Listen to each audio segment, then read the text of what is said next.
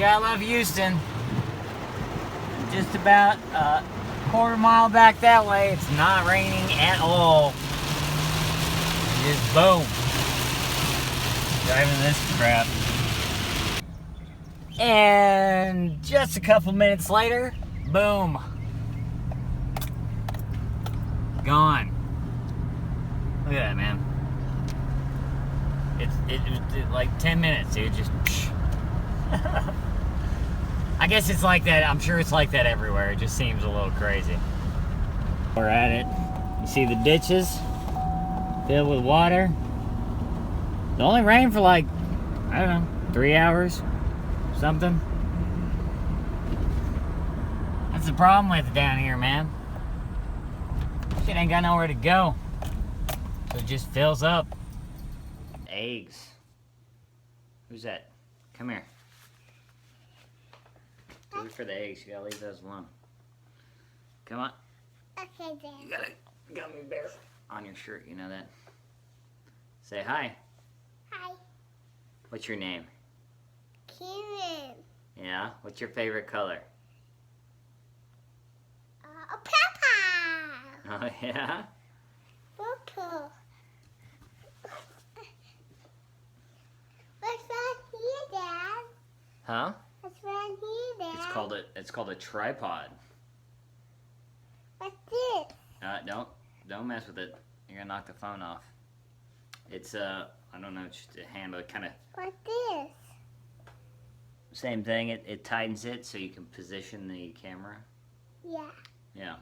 Can beat the screamer. Yeah. Oh, don't mess with it too much. You're gonna knock it over. No. You know you got a sticky gummy bear on your shirt, right? Hmm? Yeah, it's right there on your shirt. Hmm? It's right there on your shirt. You see it? Yeah. Maybe? Yeah. Go throw it away.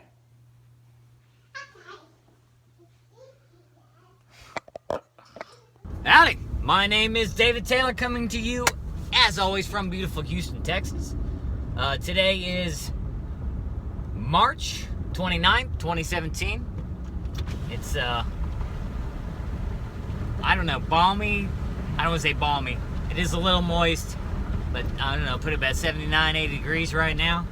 We've had some pretty good rain here in the Houston area and up and down Texas. They're getting pretty bad up north, a lot of hail, wind damage, tornadoes, stuff like that. And we had some almost tornado action in downtown Houston earlier today. I did catch a little bit of video of the rain, which I know you guys are going to be like super pumped to see that video. Solid 10 seconds of rain. Woo! And then I took some video 10 minutes after, and the rain was gone. And it's already dry right now. The streets are already drying up. Just a couple minutes after the rain. So, that's kind of how it is down here, man. It can be raining like cats and dogs, and a block away it'll be dry as a bone. I don't know why it does that. I don't know if it does that everywhere or just here. But that's the way it is here, man. It's raining 1 minute, dry and hot and sunny the next. So if you're planning on moving down here, I think that's probably like the biggest hurdle about living in the Houston particular area. That's it, man. The weather's crazy down here, and you just kind of got to get used to the fact that you never know what the hell it's gonna do. I generally carry rain gear in my truck just in case, because you know you can't always trust the weatherman. So on to the news, because this is the Houston Daily. 37 years after Bobby Moore murdered an elderly Houston store clerk during a robbery, the U.S. Supreme Court ruled Tuesday that Texas did not properly consider whether Moore might be intellectually disabled. Stop doing that. I'm getting a wreck. All right, just 2 seconds. Let me just pull over real quick. U.S. Supreme Court ruled Tuesday that Texas did not properly consider whether Moore might be intellectually disabled and thus ineligible for the death penalty. The 5-3 ruling means that Moore, after 2 trials and a 1986 execution date that was stayed 10 hours before it was set to begin, likely will avoid the death penalty and could even walk out of prison. The ruling could also open an avenue for dozens of other death row inmates to appeal their sentences, further complicating administration of the death penalty in Texas, which executes more people than any other state. Well, that's interesting. I wonder what the standards are to test mental capability. I mean, how do they decide whether or not Mr. Moore knew what he was doing? Like, you know, is it like the crazy thing where you're so insane, you know, like the Andrea Yates, definitely crazy. That you don't know if y'all remember, but she drowned 5 children, one after another. Her children, one after another, in a bathtub. Out in like Clear Lake. I think she lived out in Clear Lake or something like that. And she was going through the postpartum depression and all that stuff. So, you know, number one, I'm glad that's not my damn job to figure out. Because, you know, yeah, it's a tough decision. I'm gonna look into it later and kind of see what the standard is. You know, how do you decide? And then, you know, what is mental retardation or incapableness the same as, you know, being crazy? You know, having some kind of mental illness? Is it like the same type of thing? Did he know that murdering the store clerk was wrong when he did it? How could he not know? You know? And if he didn't know, I mean, there was some kind of problem. But, you know, it sounds like, you know, actually, just to be straight up honest, I really don't know how I feel about this right now. Generally, my feeling on the death penalty is if you take a life, you owe a life. You know what I mean? You can't always be friendly. And I think most of the people in the state would agree with me when I say that, you know, if you're going to kill some innocent person, then you deserve to die yourself. Period. Sorry. You know? I know a lot of folks think that the death penalty is wrong and we shouldn't be killing folks, and, you know, every life is sacred and the state doesn't have the power to do that and all that stuff. But I don't agree with that. You know? I don't agree with that because it doesn't seem like it takes into account the rights of the victims, right? And what's right for them. And maybe even the victim themselves may not believe in the death penalty. But I'll tell you what, you kill one of my family members, you better hope the cops get to you before I do, because you're going to die. Period. You know what I mean? And if they don't give you the damn death penalty, then they're going to give it to me, because I'm going to shoot your ass the day you step out of prison, buddy. And it is what it is. I know that seems real upfront and strong, but I mean, you know, tell me about it after you had a family member murdered in cold blood, how you feel about the death penalty. If somebody's gonna decide, maybe those people should be in that conversation. But regardless, if a person is so mentally handicapped and incapable of having a clear understanding of the value of human life, which is basically the most valuable thing on the planet. One human life is extremely valuable. And maybe the most valuable idea and thing that exists in this world. And so we should do an awful lot to protect that. And if somebody removes that, takes that away from somebody else, you know, they got to pay a price for that business. There's the idea of the value of human life is complicated, man. I mean, you know, there's an old, not old, it's a few years old, and it's been on, I've heard it on, that guy Shankar Vedanta. Hey, sorry about that. I had to buy some diapers. Buying diapers. Diapers and milk. You unless you have kids, then you already know. But if you don't have kids, you would not believe how many diapers and milk I buy. Like, just how much money I spend a week. Dude, no BS, like 6 to 8 gallons of milk. And that's not all the kid. He probably drinks like 3 of them. I don't know. I drink a lot too, though. So it's a little bit my fault. No, I don't wear the diapers though, so that's 100% his fault, little punk. So I walk out of the store, and there's this girl, and she's like trying to get in her car, and she keeps kind of like, she's like walking around, and I watch her for like 30 seconds. I'm like, what are you doing? Because she's like, is there something over there? Snake? She's like, it's a wasp. Like, all right. I mean, I just swatted away. You're on the top of the food chain. Well, right underneath the viruses anyway. So, hit that damn thing. But, girls, what are you gonna do? So, anyway, if you're on this was the thought experiment or whatever. Say you're on a bridge or whatever. You're walking next to some train tracks. And how's it go? And there's a guy. There's a big old guy, like big old dude.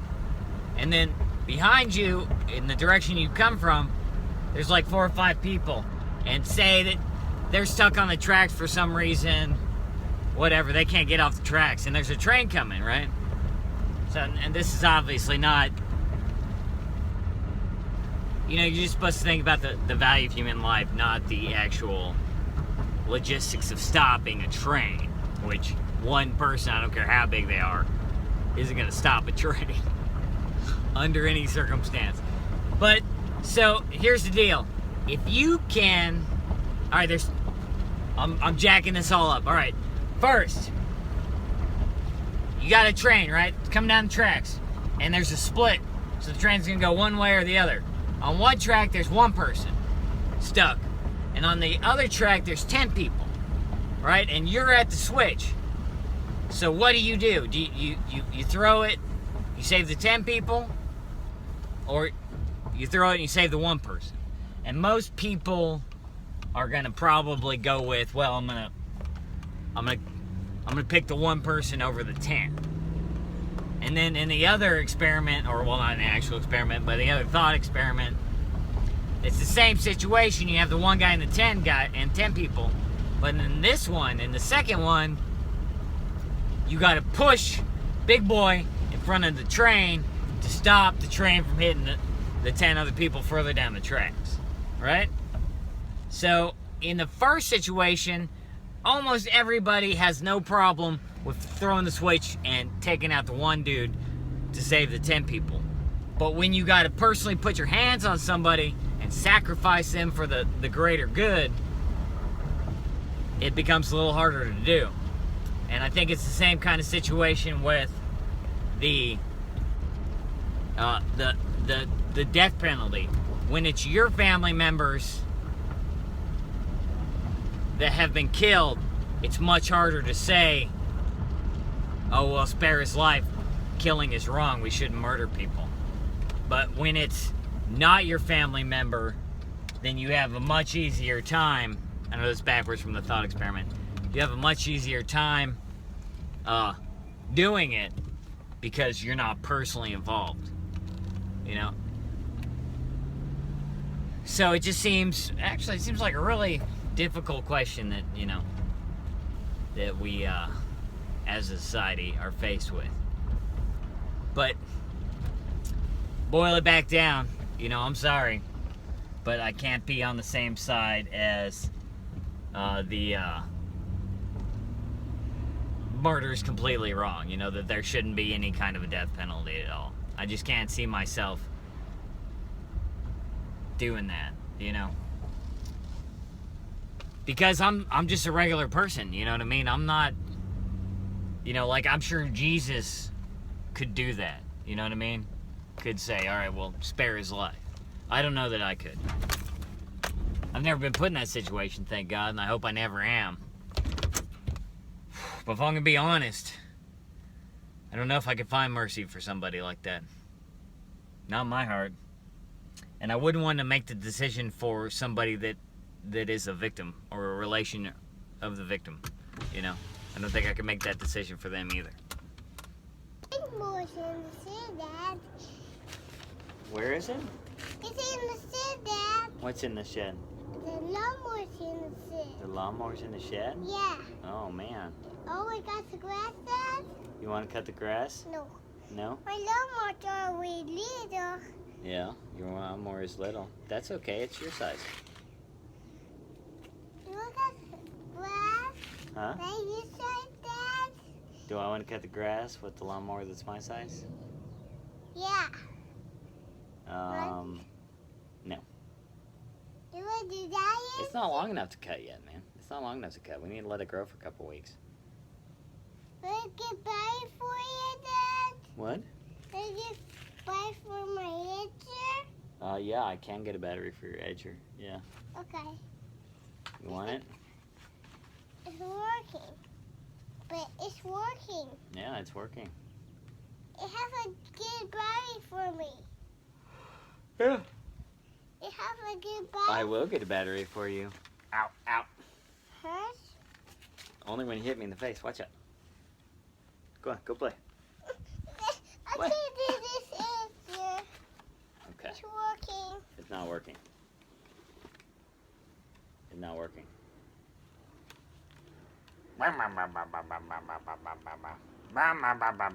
You could just use your imagination. You remember that thing? Yeah. It's cute. Alright, well, go put it up if you're not going to use it. Okay. I can't put it up. Oh, onto the State Highway Fund, huh? A sweeping revision of state highway plans adds nearly $9 billion in new funds to improving Texas roadways, including $1.32 billion infusion in the Houston area for a major overhaul of Interstate 45 and 9 other projects. Projects along Texas 36 in Fort Bend and Brazoria counties and Texas 105 in Montgomery and San Jacinto counties are also included in the Unified Transportation Plan, approved Tuesday in Austin by the Texas Transportation Commission. This is a major step forward, said Commissioner Bruce Bugg. Newly approved plan adds 230 projects and $8.9 billion in funding statewide. The plan, updated annually in phases, guides all state highway, maritime, and aviation spending. Projects across the state show up first in the plan, with the money for them tied to upcoming fiscal years for the Texas Department of Transportation. All the projects are dwarfed by the I-45 project. Last month, officials called it the type of project that comes around once every 50 years. We're trying to make long-term improvements, and we believe we've made them, said Quincy Allen, TxDOT Houston District Director. Well, mainly through a windfall of money from 2 voter-approved highway spending proposals in 2014 and 2015 that accelerated the redesign of I-45 through Houston's Central Business District. Houston's problems are in the downtown area first and foremost, said Lauren Garduno, TxDOT's Director of Project and Planning and Development. Construction is expected to start in late 2020 on the first of 7 separate projects that will realign I-45 along downtown's eastern side, parallel to Interstate 69, also known as US 59 in the Houston area. The first projects will reconstruct I-69 between Spur 527, which leads into Midtown, and I-45, including the interchange with Texas 288. That will be followed by a rebuild of I-45 at its interchange with I-69. Combined, the 2 interchanges, technically 4 projects on TxDOT's books, are expected to cost nearly $1.7 billion.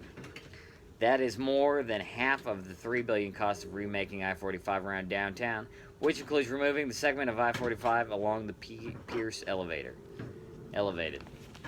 Man, so you guys remember, that's kind of a big deal. I mean, 2020 is a little ways off, but it's not that far around the corner.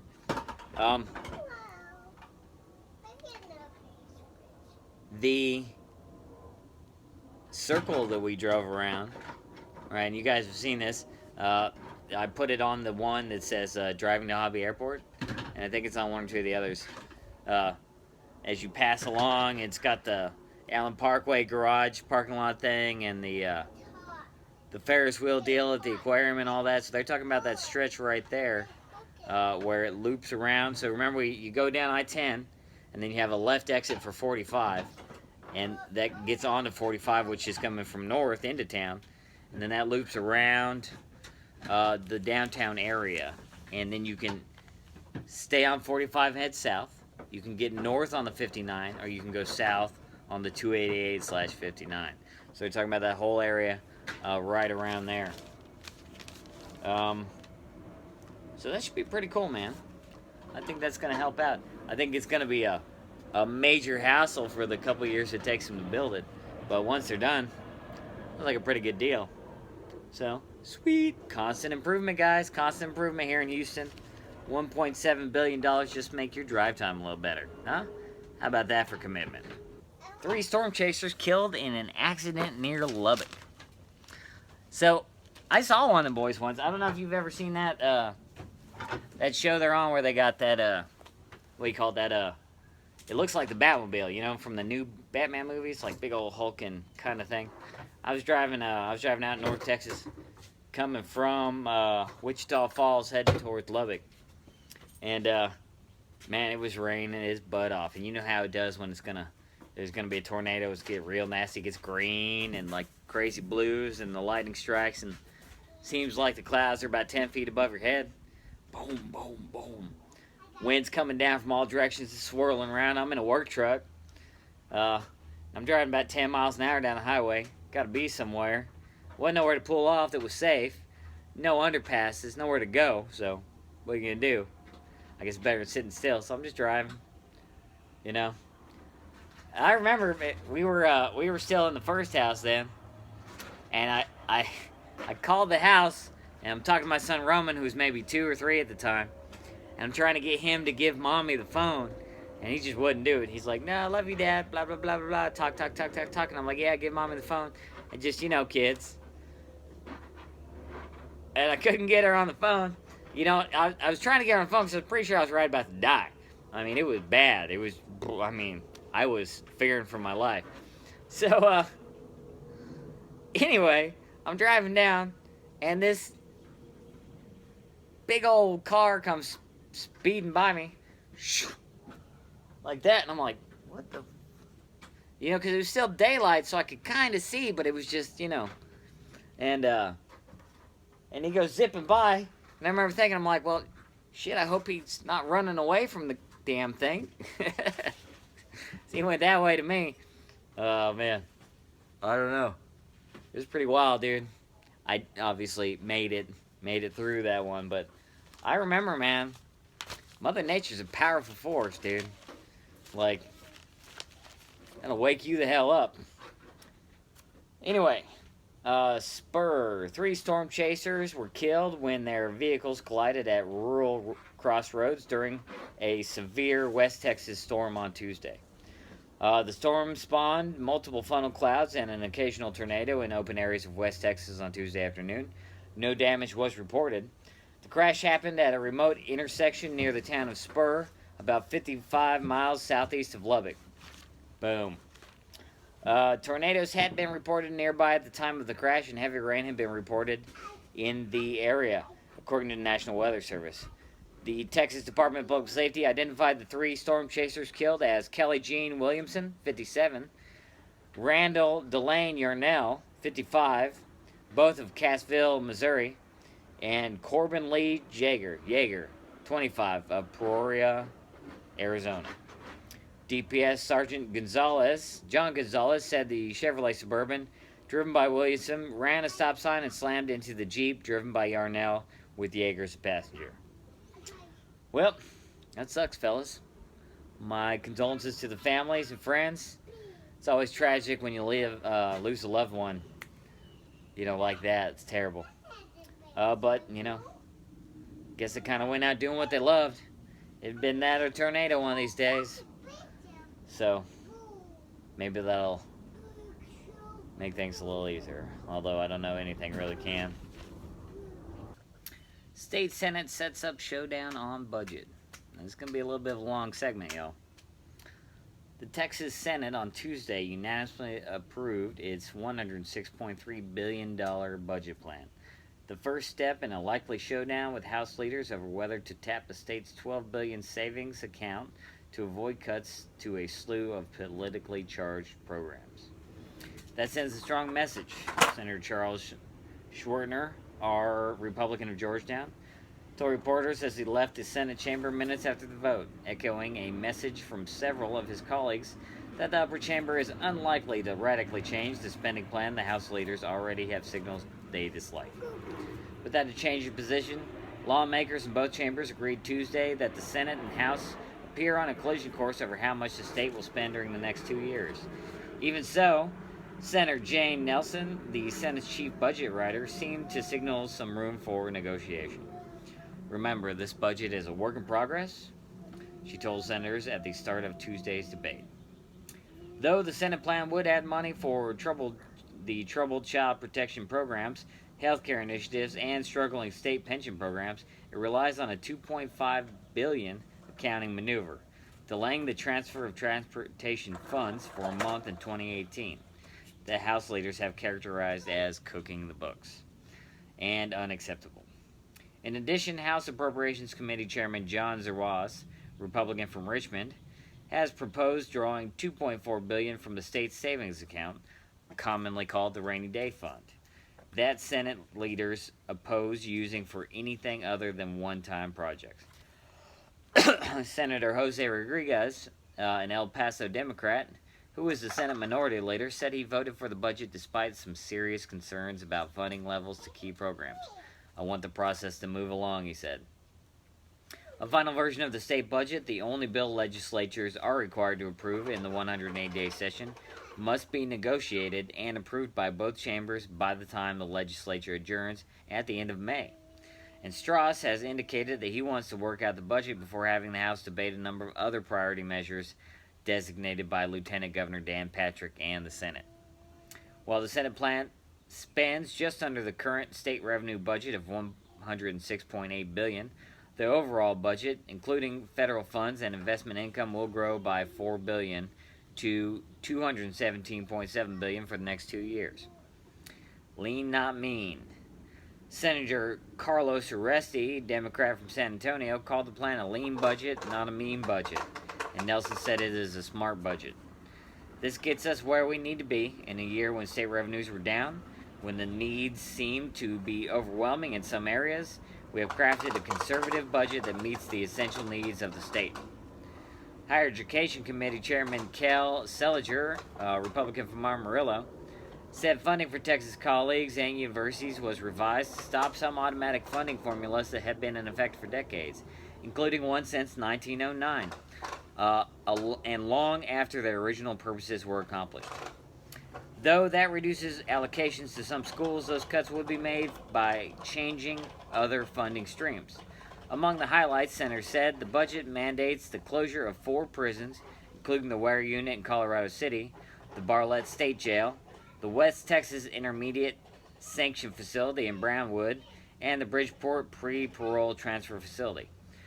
It includes a $4.6 billion increase for public schools when local school taxes are added, and includes money to cover enrollment growth of 82,000 students.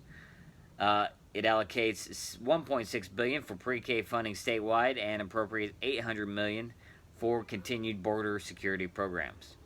In addition, senators said their budget allocates $430 million more for CPS programs to reduce backlogs and high staff turnover and to improve outcomes for kids in state custody. $346 million for health and human services programs, and increase of 4.8%, and $306 million to stabilize the teachers' retirement fund. Nelson said the Senate plans also include a $300 million increase for mental health programs, $50 million in additional funding for community colleges, and $25 million to provide bulletproof vests for local and state police agencies. Woo! Well, that was my disorganized attempt at the news. Somebody, huh? Well, my name is David Taylor. This is Cameron Taylor. We want to thank y'all very much for watching today. Please subscribe and share. And, ready? You gonna do it? Mm-hmm. Y'all have a good one. Say bye. Bye.